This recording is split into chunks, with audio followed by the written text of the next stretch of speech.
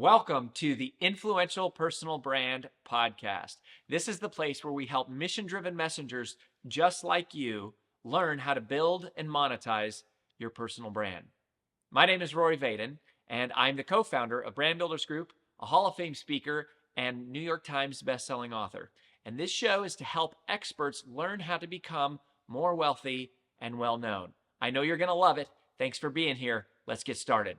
One of the things I become more and more enamored with as time goes on is people who are executing one tactic or a small number of tactics really, really well in a way that actually grows their business. I'm less impressed by the hype of millions of followers and a lot of that stuff, which a lot of it is just not real. But I'm super excited about people who are doing something really well, serving a small audience and turning that into a lot of impact and a lot of income. And that's what we're going to talk about today. So I have a new friend. Her name is Sarah Maslowski, and she's actually a real estate agent from Keller Williams. So I've spoke twice recently. I spoke at Keller Williams' national event called Family Reunion. And then I spoke at another huge event that they do every year called Mega Agent Camp. And I've gotten to know them really well. Of course, I've known Jay Papasan, the co-author of The One Thing, for years and years and years. And so I've got a lot of respect for their company and their organization, their culture. And Jason, who's one of the other senior executives, he was telling me about Sarah and how she's generating leads for her business. And I was like, oh my gosh, we got to hear the story, because Sarah just, shortly after the Great Recession, she got laid off after, she had a degree in marketing, got laid off, was living in South Georgia, didn't have really any job opportunities.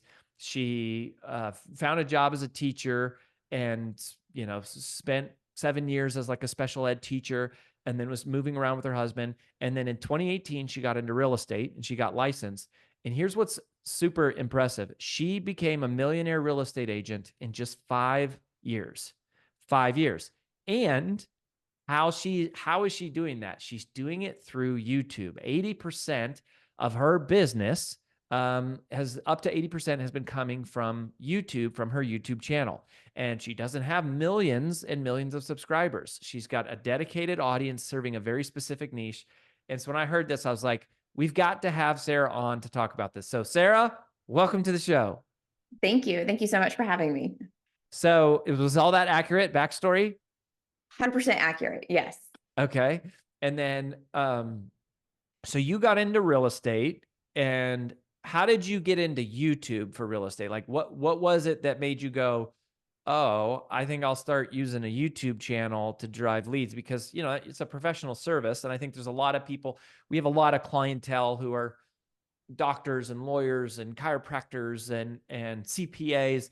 And I don't think a lot of them, their first thought is not, hey, I'll grab for YouTube as like a way of leads. And traditionally, that's not really how real estate, that's not how I think of real estate transactions being done, but somehow you got into this. Yeah. So when I first got licensed as a real estate agent, we are here in the North Metro Atlanta area, and we were somewhat new to the area. So I did not have a lot of people that I knew or a big database that I could call upon saying, hey, are you thinking about buying or selling? So my first year and a half in real estate was a lot of hustle and grind of getting leads and clients to work with any way I could. So it was a lot of cold calling and open houses and your traditional methods of, pounding the pavement in real estate. And in 2019, 2020, I kept hearing from marketing professionals, video is the wave of the future. You've got to be incorporating video into your marketing. And having a marketing background, I bought into this and was trying various different methods of incorporating video, making videos and putting them on Facebook. And you have to remember back in 2020, Instagram Reels and TikTok wasn't quite a thing. So Right. really the two options was Facebook and YouTube. And so I was taking those same informational videos that I was making on Facebook and putting them on YouTube. And I was not having much success at all. Very That's little good that you share that, views. because I think a lot of people hear YouTube and then they go on there and it's like, it doesn't take off right away. Yes. Yeah. So um, I was still committed to trying to figure out what does work. And I came across a group of other real estate agents that were having success with YouTube. And so, of course, I hopped over to their page to kind of see what magic sauce were they doing or what looked different from my videos. And it was very apparent that their content that they were making was very drastically different than what I was making. So Mm, when I went and looked at their videos, it was all about educational content around someone that was relocating to their area. So it was making videos on their town, where you should live, why do people choose this neighborhood over this neighborhood? What's going to suck about living here? What are you going to love? And the videos that I was posting on YouTube were information like how to sell your house and just very generic, kind of like broad, open ended type content. And so, what I learned from that process of seeing these other agents that were actually getting clients and views from this type of content was that they were talking to a very specific type of client. They were niching down really small of people that were relocating to their area. And so basically I looked at that and I was like, okay, well, if they're having success doing that, so can I. And so in the fall of 2020, we started making that type of content and haven't looked back. So I love this. How big of an area? So like is it based on like population? Is it just a geographic radius? Is it just like roughly, how did you just go about that conversation of like, you could go, I live in Nashville. So it's like, okay, so it's the Nashville greater metro area. Is it just like, Brentwood, or is it like a neighborhood like Green Hills or like that kind of a thing? How do you think through that? So in the beginning, when we started making content, it was more so about the town that I lived in, which is Gainesville, Georgia. And then it was like, okay, well, we can't just make 52 videos a year about Gainesville, Georgia. So we need to compare and contrast the other towns that are nearby that someone may also have the option of living in.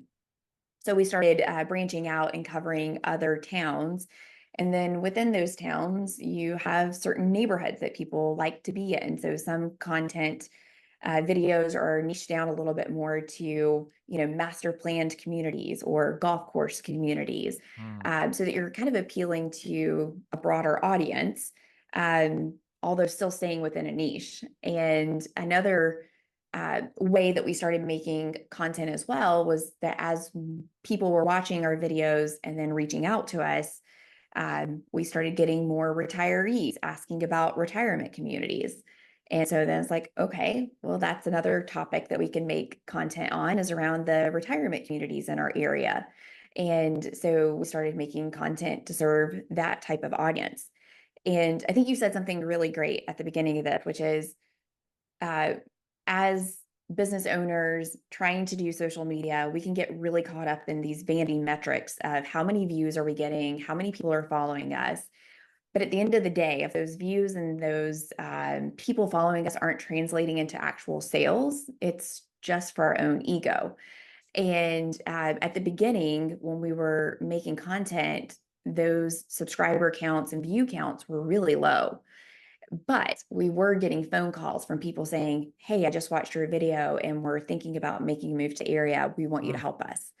And so that was the big light bulb moment for me is that it doesn't necessarily matter if you're reaching a ton of people, you just have to reach the right people. Totally. And I would say that like, we're behind the scenes as several of our clients are the biggest podcasters in the world and top YouTubers. And many times the secret to growing a wide audience is to talk about general topics that are relevant to everybody, right? It's like money, relationships, spirituality, health, and they're very broad. But if you did that, you would probably not have a whole lot of people caring to show up who go, I'm looking to move to a town around Gainesville, Georgia. Like you would not target that group. So the way that you're reaching that, and so I want to talk about how other professional service providers could also apply this, because I go, for sure, anyone who's in real estate anywhere in the country could do this. And you go, there's lots of stuff to talk about. And I do want to dive deeper on like, how do you select the topics in your team and all that kind of stuff. But if someone's listening who's not in real estate, I would love to hear, I want to hear how you're selecting your topics, I guess. Is it just kind of like top of mind? Because I think if I'm a financial planner, or if I'm a doctor, I also could probably do some geographic related content, or maybe it would just be to specific types of, surgeries or questions. But anyways, walk me through how you select your topics. Do you do any sort of scientific process? Do you just come up off the top of your head? Or like, where do the ideas come from? And where did they come from when you started, and where do they come from now? So a lot of it was looking at what other agents were doing across the country and having success with, and using that as a jumping off point to kind of mimic and copy. Um, and over time, on the back end, kind of learning, who are we making content for? We're making content for families, for couples that have the freedom to work remotely, who are looking for, more affordability, or a better house for their money compared to the state that they currently living in. And what type of questions or information would that specific avatar of a client need to know moving to our area, and providing and being that resource of information for them. Over time, a lot of content has also come from just working with those actual clients. As you start to help them, you realize and learn that there's other needs that you didn't quite understand that you were going to have to educate someone on.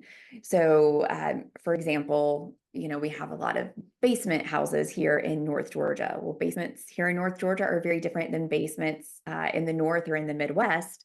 And we have daylight basements. That was something that I had no clue of, but it becomes a great informational talking piece. And so that as you're serving clients and you're providing this information, you're answering their questions before they even have an opportunity to ask them to you. And you just seem like such a wealth of knowledge to your clients. So you're building that relationship and trust with them before you even have an opportunity to talk with them in a two-way conversation.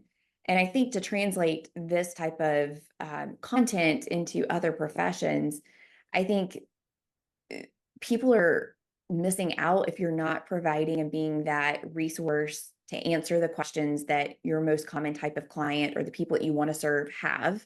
And YouTube is a great way to do that in a long form content, but there are so many great professionals providing this type of information on TikTok that is just a world of information, and nobody else is doing it. And so I think if you can provide, you can be the provider of that information, you're going to attract your business clientele that are going to use you. Yeah, and I when I hear that, I essentially calculate that as answer questions that your prospects have. And like, that's the content you're making, is just going, whatever industry you're in, you figure out what are the most, and what questions they have, because if you're doing this every day, you're answering the same questions over and over and over for people. And it's like, if you have to answer the question more than once, make a video about it, or even once. Like, if they ask you a question, it's like, every time you get asked a question, make a video about it and then put it up on YouTube. How I'd love to know about some of the logistics in terms of like, how long are these videos? How long does it take you to plan them? How many of them do you shoot at once? How long does it take you to edit them? How frequently do you post them? How long were you doing that before you really started to see actual, like, legitimate business leads coming in? So what I learned, if you're going to be successful on YouTube, you have to post on a consistent schedule and commit to that schedule every single week. Ideally, one video a week is a good starting point. Long form takes a little bit more time and effort into, creating engaging content.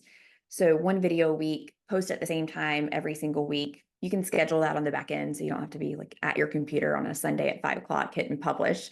But just find whatever day you can commit to. We have found that the ideal sweet spot for our videos are between 8 to 10 minutes in length. You at least want them to make 8 minutes long, because YouTube rewards the number of minutes watched, not necessarily the percentage watched. And so that's also a sweet spot of where YouTube's algorithm gets ad revenue and stuff like that on the back end. to satisfy their goal of selling ads. So so that's important. For me, I've also learned it's incredibly hard for me to make a super engaging video that people are going to watch for longer than 10 minutes. So between 8 and 10 minutes in length is what I have found to be really good. The process of filming, if you go back and look at the first videos that I posted, they're terrible. And the lighting is not good, the sound is not good, Moving the to editing Georgia is not good. is the moving to Georgia is the YouTube, like, right? Yes. YouTube.com/moving to Georgia. Mm-hmm. Yes. And so, those first videos were just a process of failing forward and trying to figure this out. You're always going to hate how you sound and look on video. Just get over it. Uh-huh. Don't stand in the way of your own success in that sense, because you'll never like it. And so what those first videos taught me is that even if they're really bad, they worked. And so those first bad videos were the videos that 6, 7 weeks later, someone called and said, "Hey, we're thinking about making a move to the area. Can you help us?" And I was like, "Oh, wow. Okay. This is actually working." So that gave us the inspiration to keep going. And And you so were just it doing like one a week to start?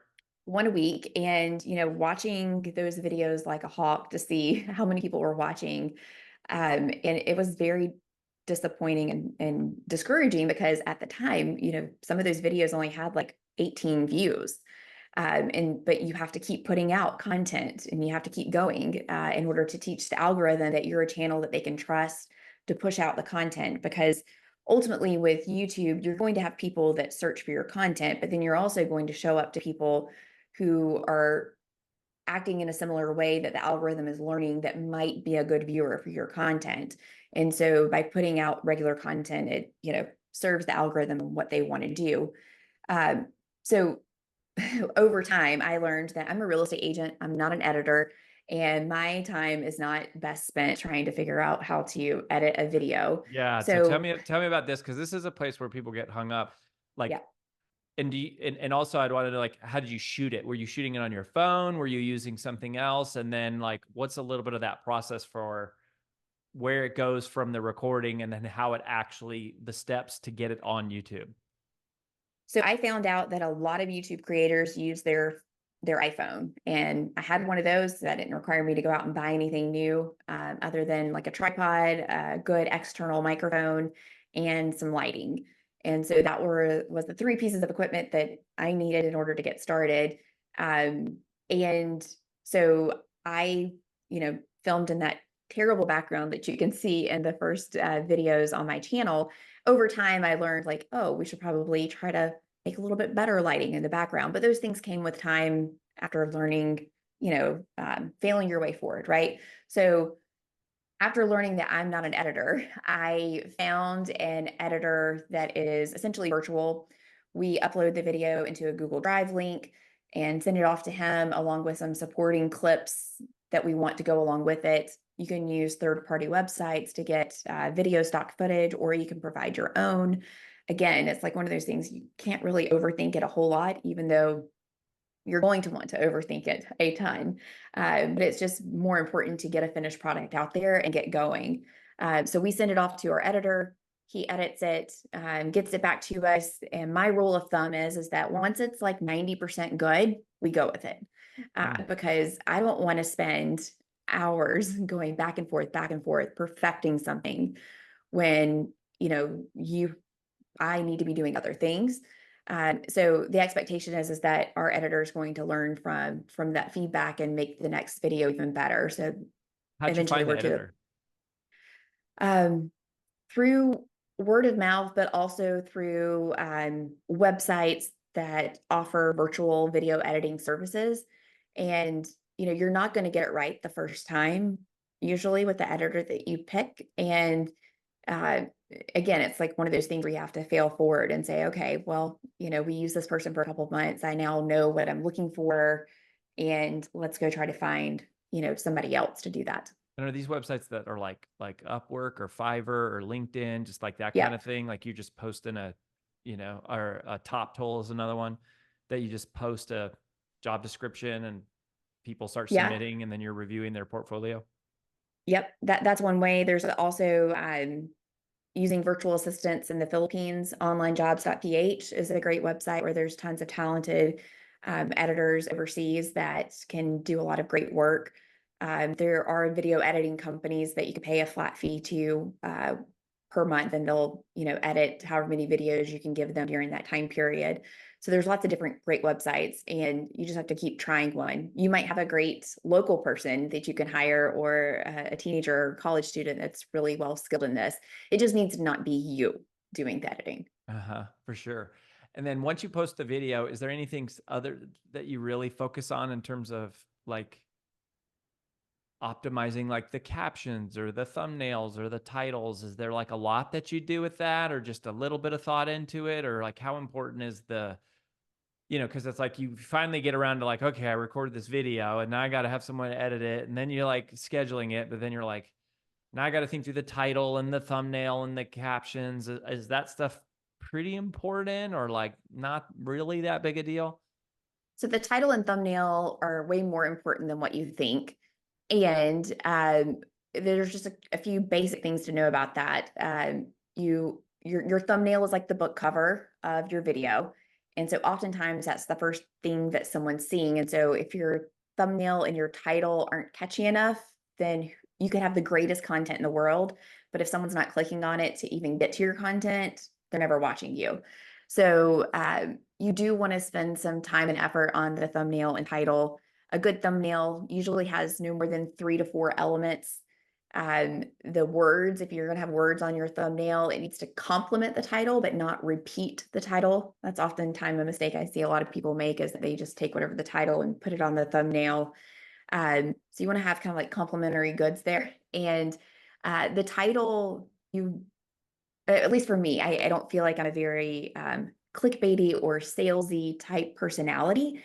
And on YouTube, you do kind of want to lean into that clickbaity title. So negative titles work really, really well. Um, Pay attention to headlines or things that you may see like on BuzzFeed articles, stuff like that.